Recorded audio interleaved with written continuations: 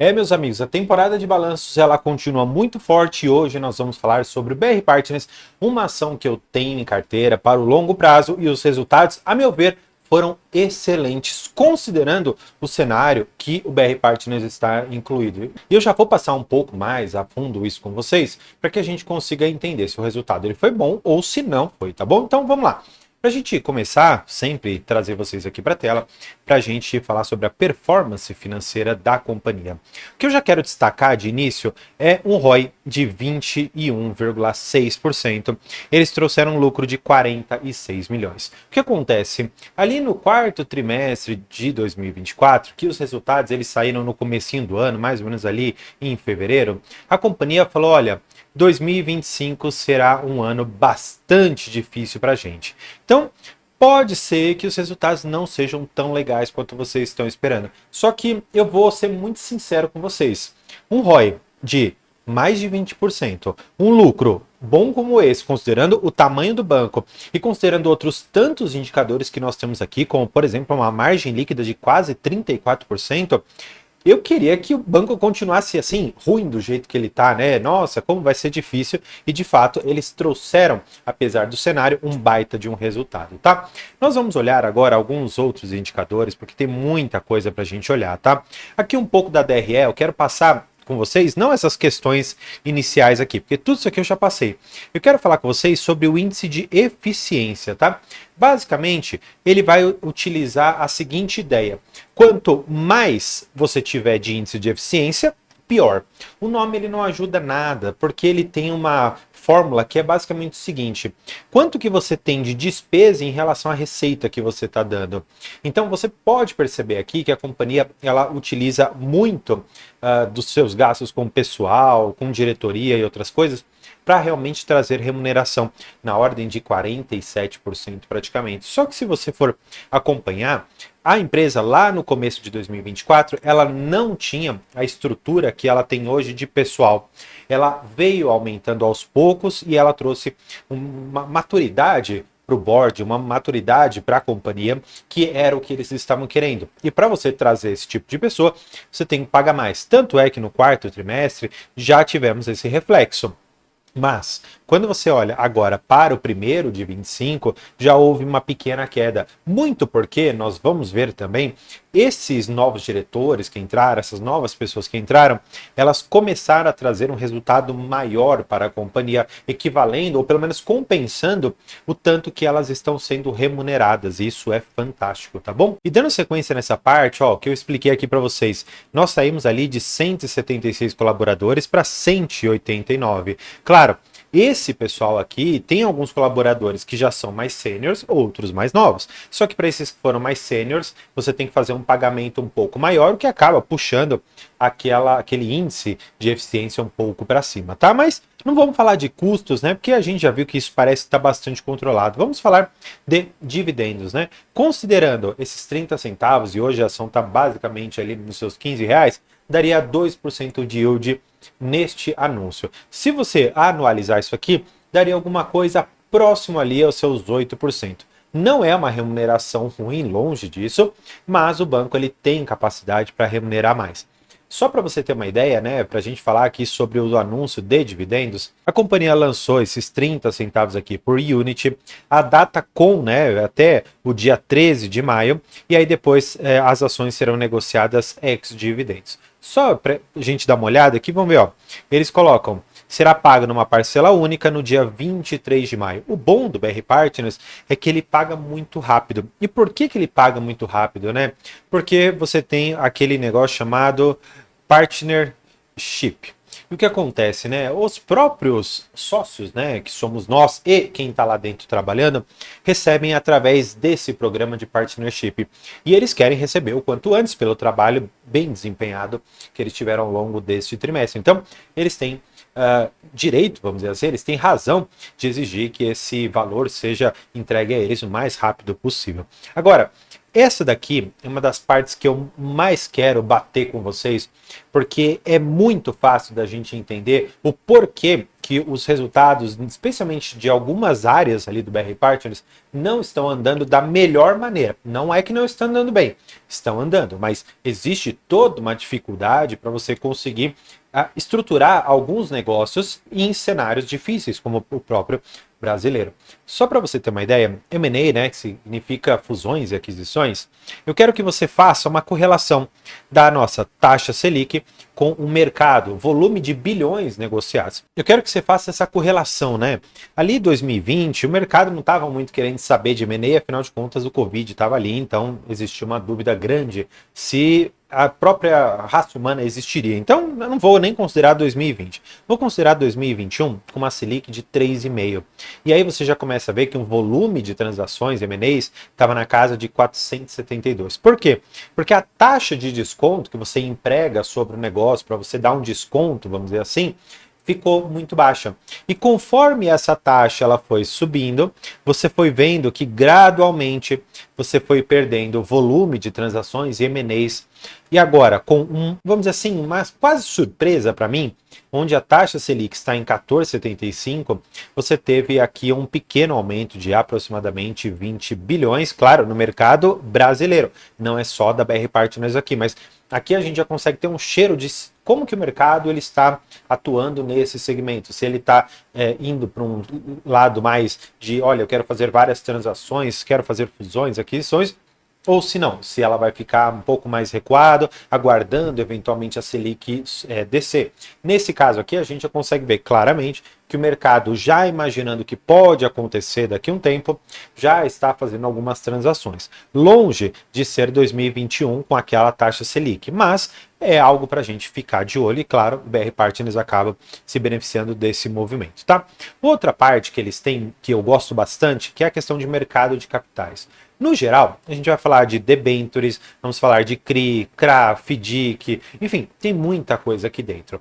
O principal, que seriam as debentures, eles estão conseguindo uma emissão boa. No mercado geral de capitais está sendo bastante forte. Tanto é que recentemente a própria Sabesp anunciou ali, se eu não me engano, alguns tantos bilhões, se eu não me engano, foi uma coisa perto de 4 bilhões ali em debentures. Então, é um mercado que ainda está bastante pujante, mas que precisa de um pouco mais de fôlego com juros um pouco menores, para não sufocar tanto o empresário. E nesse sentido, por mais que a Selic ela tenha subido de 2022 em diante, olha o que tem acontecido com esse mercado de capitais. Ele cada vez mais tem subido, compensando, em certa medida, essa parte de M&As que está vindo cada vez mais fraca, ou pelo menos não tão forte quanto a gente gostaria. Nesse ponto, eles até falam aqui pra gente o seguinte, né? Na parte de investment bank, né? Que é a parte realmente ali de M&As, né? Que a gente estava conversando. Eles comentam que isso está sendo bastante afetado, continua sendo afetado, por conta de um cenário internacional que está imprevisível e de um custo elevado da dívida do Brasil. Ou seja, ninguém vai querer fazer negócio quando o Trump está lá fora detonando inúmeros tipos de mercados, então, especialmente China, enfim, tem vários, né? Agora que ele está pensando em fazer alguns acordos que pode ser que a gente tenha um pouco mais de suspiro, mas não me parece que o cenário internacional ainda está fácil. E aqui, no cenário interno, né, o Brasil, nosso custo da dívida é o que mais está batendo. Porque assim, olhando para a questão das tarifas, o Brasil ele foi eleito um dos principais beneficiados com tudo isso. Porque a nossa exportação, especialmente de alimentos, grãos e até mesmo minério de ferro, não tem um impacto tão grande quanto tem a mercadoria de outros países dentro da economia dos Estados Unidos. E por isso o Brasil poderia sobressair. Mas aqui a gente não faz a lição de casa. O nosso custo de dívida, ou seja, a nossa Selic, nosso IPCA, continuou muito alto. Nesse mesmo sentido, o mercado de capitais, aquela questão toda que eu comentei a respeito de debentures, crise, CRAS, está complicado. Mas por quê? Porque eles colocaram o seguinte, que eles estão sentindo nos clientes um mindset, ou seja, um pensamento de maior preservação de caixa e redução no ritmo de investimentos. Por quê? Porque se você vai investir, você vai precisar captar um dinheiro inicial. Só que a quantidade de juros que você vai precisar pagar ao longo dessa trajetória vai ser tão alto que acaba não compensando. Num cenário de juros mais baixos, eventualmente a gente teria essa linha aqui de pagamento de juros. E só essa diferença aqui que eu estou mostrando para vocês em azul é o que faz com que os empresários eles pensem, olha, não faz sentido eu deixar tanto dinheiro na mesa para juros, porque não existe, ou pelo menos não há no momento, uma oportunidade tão imperdível de investimentos no Brasil. E me parece que dentro do BR Partners isso está sendo bastante levantado, porque para os próximos trimestres, se não houver uma redução na Selic, esses números eles podem ter um pouco mais de dor de cabeça, então a gente precisa acompanhar de perto. Só para vocês perceberem, né, essa parte de investment banking, que seria o M&A, a questão do capital markets, que seria realmente aquela parte de empréstimo de dívidas, corresponde hoje, numa média, ali de mais ou menos 60% da receita, e nesse primeiro trimestre de 2025 equivaleu a 62%. O que eu gostaria de chamar a atenção é a questão de gestão de patrimônio, que começou bem ali no finalzinho de 23, comecinho de 24. Hoje já traz uma receita de 2% e já está aumentando agora para 3%, mostrando que gradualmente aquelas pessoas que eventualmente fizeram a venda do seu negócio e que agora precisam que o dinheiro dessa venda seja administrado para essa pessoa viver de renda e confiam ao BR Partners essa função, cada vez mais tem aumentando trimestre após trimestre. Você tem algumas outras partes, como remuneração do capital, ou seja, tem um valorzinho que fica ali rendendo Selic, e isso daqui traz uma remuneração. É como se fosse para as companhias de seguro, é o famoso float, né? Então você tem a remuneração do próprio capital que você tem empregado ali dentro das operações, tá? Então é interessante você avaliar isso aqui também. E claro, essa remuneração de capital está também atrelada a algumas operações que o BR Partners ele pega uma parte para ele. Só para você entender. Imagina que você vai estruturar um CRI ou um CRA e você coloca isso na mão de uma securitizadora. Eventualmente, o BR Partners ele pega uma partezinha disso daqui para ele ficar recebendo os juros e o principal de alguma parte. E isso daqui também é de remuneração de capital, tá bom? Para a gente dar sequência, que tem bastante coisas ainda que eu quero mostrar para vocês, a questão da DRE tá bem tranquila, só para vocês perceberem o que eu falei, ó, Investment Banking 78 milhões de reais, Sales Instruction 17,2 milhões, a gestão de patrimônio, ela é bem tranquila em termos de números, porque basicamente eles vão receber um percentual em cima do total que foi aplicado. Se esse total ele vai subindo ano após ano, cada vez mais esse percentual vai ficando generoso aqui para eles, tá? Remuneração de capital foi bem em relação ao trimestre anterior, mas comparando com o começo do ano passado, não. Caiu aqui quase 30%, mas isso é bastante normal, tá? Você tem diversos cenários em que, eventualmente, você não conseguiu fazer um melhor negócio, que você pegou uma parte menor, enfim, tem muitas coisas que a gente poderia trabalhar aqui dentro para explicar esse resultado, tá bom? Agora, a questão de pessoal, que eu falei para vocês, né, que é aquele indicador, né, o índice de eficiência, ele melhorou bastante, por quê? Porque a gente estava lá no finalzinho de 24 com 34,8 milhões para gastos com o pessoal e lá no comecinho de 24, 38. E agora nós reduzimos para 34 milhões. É uma redução que, olhando trimestre aqui contra trimestre, pode parecer pouco, mas já é uma redução que chama a atenção, tá bom? Por fim, o lucro líquido, né, ele teve ali a sua queda, olhando para o começo do ano passado, se a gente fosse pensar numa sazonalidade. Entretanto, eu não vejo esse como o principal caso. É muito mais a questão de taxa de juros e tudo isso lá no comecinho de 24 era uma outra dinâmica. Finalzinho de 24, outra dinâmica. Começo de 25, outra dinâmica. Brasil não é para amadores, especialmente pensando aqui em crédito, tá? E eles explicam exatamente essas quedas, né?